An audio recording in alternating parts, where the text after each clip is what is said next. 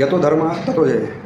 नमस्कार मित्रों, मैं पुनः आपका हिंदू दर्शन इस यूट्यूब चैनल में स्वागत करता हूं। जो नए हैं वे सब्सक्राइब करें अवश्य, जो पुराने हैं वे सब्सक्राइब और शेयर करें और करवाएं।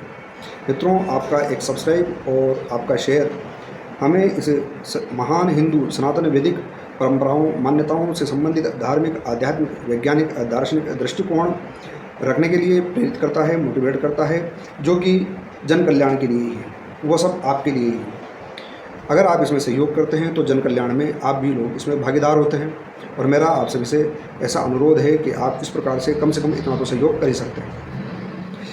अब आते हैं विषय पर। मित्रों, जैसा कि आप सभी को विदित है, जो पुराने लोग वीडियो लगातार देख रहे हैं, कि हम 9 दिनों से विधेयराज निमि और 9 योगेश्वर जो हैं उनके बीच में जो जिज्ञासा और समाधान रूपी संवाद चल रहा था, जिसमें राजा निमि जी ब्रह्म विषयक, आध्यात्मिक विषयक, धर्म विषयक, वैराग्य विषयक जो जिज्ञासा है 9 योगेश्वरों से कर रहे हैं लगातार, ब्रह्म और माया के रूप में भगवान के भक्तों के बारे में, उनका समाधान 9 योगेश्वर लगातार क्रम से किए जा रहे थे।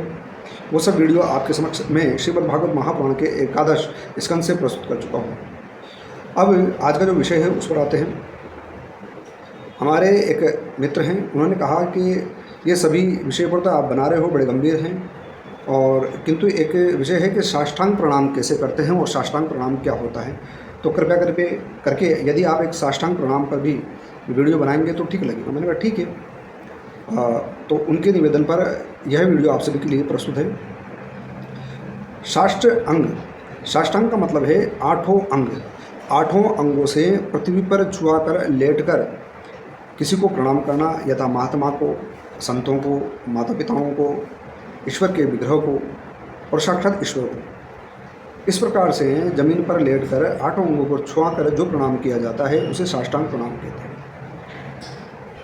इसके संबंध में एक श्लोक आता है, वो इस प्रकार से है।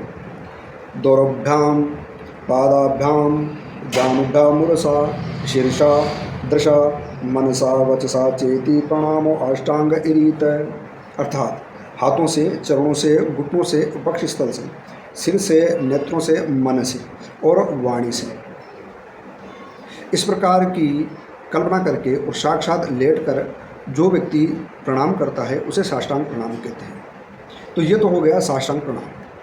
अब साष्टांग प्रणाम का धार्मिक और आध्यात्मिक महत्व क्या है यह भी हम समझ लें। जब कोई व्यक्ति किसी अन्य व्यक्ति को झुककर प्रणाम करता है, लेटकर प्रणाम करता है, साष्टांग प्रणाम करता है, तो जो दूसरे वाला सामने व्यक्ति है, साधु है, सन्यासी है, ईश्वर है, देवता है, उनका विग्रह है, जब हम उनको इस प्रकार से प्रणाम करते हैं तो 2 प्रकार के फायदे कम से कम मिलते हैं। एक कि हमारे अंदर जो अहंकार है, अभिमान है, बार बार इस प्रकार से प्रणाम करने से उस अहंकार का नाश होता है, क्योंकि अहंकार झुकना नहीं जानता। और जो साष्टांग प्रणाम करता है वो झुककर लेटकर किया जाता है। तो बार बार जो साष्टांग प्रणाम करता है अपने माता पिताओं को, गुरु को, सिद्ध मुनियों को, संतों को या भगवान को, उसका बार बार अभिमान का नाश होता है। तो एक तो फ़ायदा ये मिला साष्टांग प्रणाम करने से कि अभिमान का नाश हुआ। दूसरा फ़ायदा सुनिए।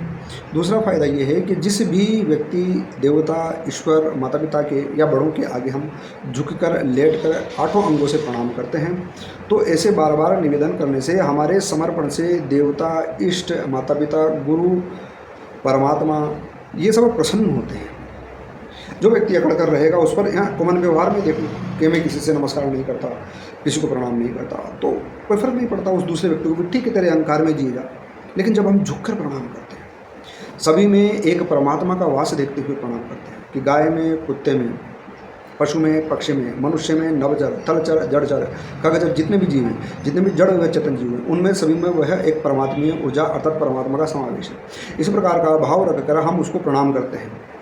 इस प्रकार से साष्टांग प्रणाम करते हैं। तो दूसरा फ़ायदा यह है कि एक तो परमात्मा का भाव रखकर करते हैं तो वह भी हम पर प्रसन्न होता है। दूसरा, जिस व्यक्ति, जीव, इष्ट, देवता को प्रणाम करते हैं वह भी हम पर प्रसन्न होता है। तो परमात्मा और जीवात्मा दोनों हम पर प्रसन्न हैं। जब दोनों प्रसन्न होती है तो हमारा कल्याण अर्थात हमारा इहलोक और परलोक दोनों सुधरता है। अर्थात वह जिस व्यक्ति, इष्ट देवता के आगे हम प्रणाम करते हैं, वह बलात् ही हमारे प्रणाम करने से, बार बार प्रणाम करने से, 1 बार, 2 बार, 4 बार, कितना भी रुष्ट व्यक्ति क्यों ना हो, वह भी हमें आशीर्वाद दे ही देता है। खुश रहो, कल्याण हो, आपका भगवान भला करें, आपको दूधो ना हो पूतो फल। तो इस प्रकार से वह हमें आशीर्वाद दे देता है। तो एक तो उस संत महापुरुष का आशीर्वाद प्राप्त हुआ, एक वह परमात्मा भी उस आशीर्वाद में सहयोग करता है, क्योंकि प्रत्येक जीव के भीतर परमात्मा है। तो ये दो लाभ हो गए, अहंकार गया, परमात्मा और जीवात्मा दोनों हम पर प्रसन्न हुए। तीसरा एक और लाभ है जो मेरे दिमाग में भी वीडियो बनाते समय आ गया। अगर मान लो आपका कोई घोर शत्रु भी है और वह आपसे कोई व्यक्ति न चाहते हुए भी वैरभाव रखता है, और अगर आप उसे बार बार मिलते हो, आप उसे बार बार प्रणाम करते हो, आपसे श्रेष्ठ है, बड़ा है, झुककर प्रणाम करते हो, कम से कम हो सकता है साष्टांग उसे न कर पाओ, साष्टांग कर पाओ तो बहुत अच्छी बात है, पर झुककर प्रणाम करते हो, बार बार उसे निवेदन करते हो, तो वह भी पसीज जाता है और वह भी शत्रुता भाव भूल जाता है। तो आपको तीसरा फायदा इसका यह भी हो जाता है, लाभ इसका मिल जाता है। तो साष्टांग प्रणाम करना एक लाभदायक यौगिक प्रक्रिया है। इससे जीवात्मा और परमात्मा का मिलन होता है, इससे जीवात्मा और परमात्मा दोनों संतुष्ट होते हैं और जीव का यही लौकिक और पारलौकिक दोनों प्रकार के जीवनों का सुधार होता है। ये तो हो गया साष्टांग प्रणाम के बारे में। चलो मित्रों, अब इसके बाद में मैं आगे के लिए जो निवेदन आपसे करना चाहता हूँ वह इस प्रकार का है कि जो अब हम कड़ी लेकर आ रहे हैं इसी श्रीमद् भागवत महापुराण के एकादश स्कंद से।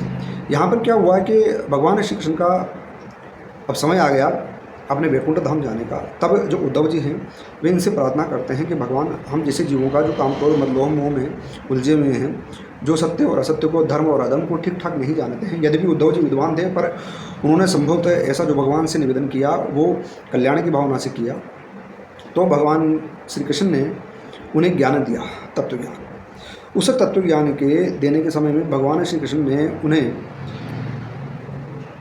एक अवधूत हुए दत्तात्रेय जी, और एक राजा हैं उन्हीं के कुल में हुए राजा यदु जी। तो राजा यदु जी और दत्तात्रेय जी के बीच का संवाद सुनाया कि एक मुक्ति के पथिक को, जो व्यक्ति अपना परलोक सुधारना चाहता है, उस व्यक्ति को संसार में किस प्रकार से रहना चाहिए। तो यहाँ पर राजा यदु जी की जिज्ञासा रूप और दत्तात्रेय जी द्वारा अपने 24 प्रकार के गुरुओं के द्वारा, जो उन्होंने 24 प्रकार के गुरु अपने माने हुए थे, उनकी जो शिक्षाएं प्राप्त की, वह शिक्षाएं कथा रूप में यहाँ प्रस्तुत की गई हैं। तो मैं एक एक करके वह जिज्ञासा, वो जो उनके गुरुओं की जो कथाएं हैं वह आपके समक्ष यहाँ पर लगातार रखूँगा। आप ये सभी वीडियो लगातार देखते रहें, सब्सक्राइब करते रहें, शेयर करते रहें, और इसी व्याख्यान में, इसी राजा यदु जी के और दत्तात्रेय जी के संवाद में जो जिज्ञासा और समाधान रूप ये है संवाद है, इसमें आपको बहुत कुछ धर्म, अध्यात्म, दर्शन संबंधी बहुत कुछ सीखने को मिलेगा। तो आप सभी जुड़े रहें और आप सभी का बहुत बहुत धन्यवाद। वीडियो बहुत बड़ा हो गया। जय श्री सीताराम।